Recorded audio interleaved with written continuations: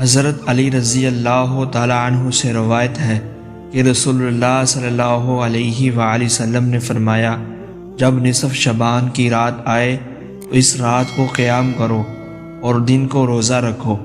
اس رات اللہ تعالیٰ سورج کے غروب ہوتے ہی پہلے آسمان پر نزول فرما لیتا ہے اور صبح صادق طلوع ہونے تک کہتا رہتا ہے، کیا کوئی مجھ سے بخشش مانگنے والا ہے کہ میں اسے معاف کر دوں؟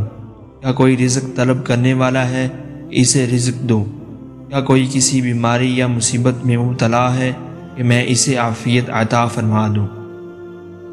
حضرت عائشہ صدیقہ رضی اللہ تعالی عنہا سے روایت ہے، انہوں نے فرمایا کہ ایک رات میں نے رسول اللہ صلی اللہ علیہ وآلہ وسلم کو گھر میں نہ پایا۔ میں آپ کی تلاش میں نکلی تو دیکھا کہ آپ بقیع میں ہیں اور آپ نے آسمان کی طرف سر اٹھایا ہوا ہے۔ جب مجھے دیکھا تو فرمایا، عائشہ کیا تجھے یہ ڈر تھا کہ اللہ اور اس کا رسول تجھ پر ظلم کریں گے؟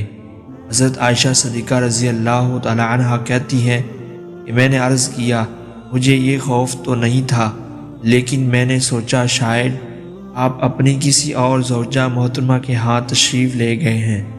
تو آپ صلی اللہ علیہ وآلہ وسلم نے فرمایا، اللہ تعالیٰ نصف شعبان کو آسمان و دنیا پر نزول فرماتا ہے اور بنو کلب کی بکریوں کے بالوں سے زیادہ لوگوں کو معاف فرما دیتا ہے۔